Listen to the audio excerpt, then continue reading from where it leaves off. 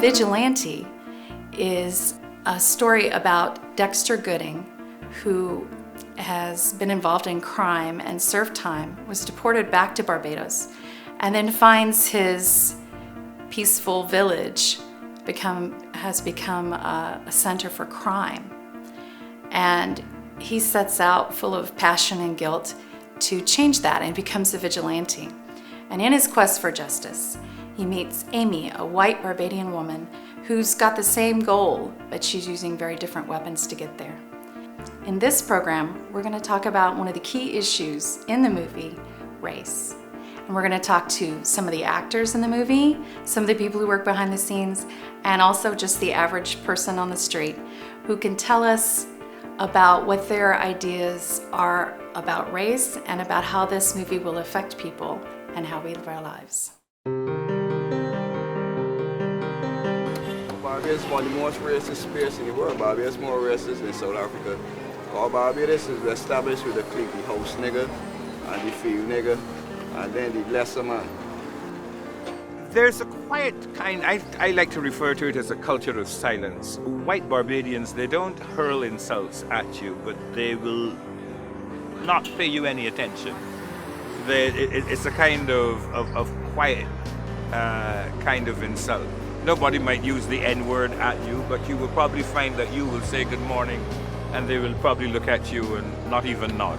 I get called whitey on a regular basis, sometimes with a little psst here or a little side added onto it.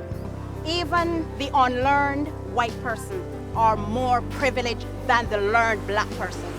It's hard to hear derogatory comments only based on your appearance. So it's not only in the States, it's not only in Africa, it's right here in the Caribbean.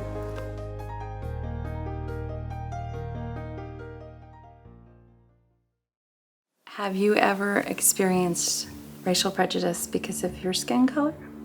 Either of you? Yeah, I think we both have. I think it's interesting that when you're in the minority, you're constantly mixing with the majority.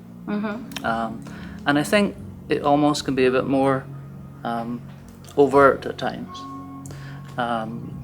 There's a couple of situations once when I was out getting some exercise and just running down the road, and someone will curse you upside down for no apparent reason. It's hard, especially when you know that you're walking through town and you know that people notice you, and I try not to react and get upset, but sometimes I have no choice. When we were first dating, we went to a reggae concert at Kensington Oval, and there weren't very many white people there, and a group of young black men, and one did spit on me. Wow. So it does happen.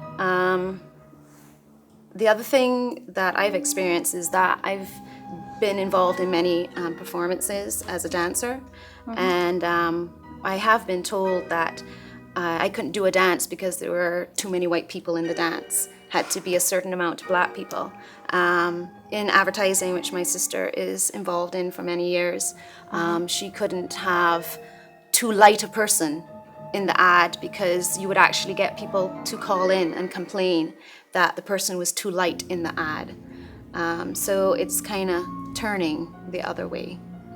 I think it cuts both ways. Yeah. I mean, I think sadly, people are people.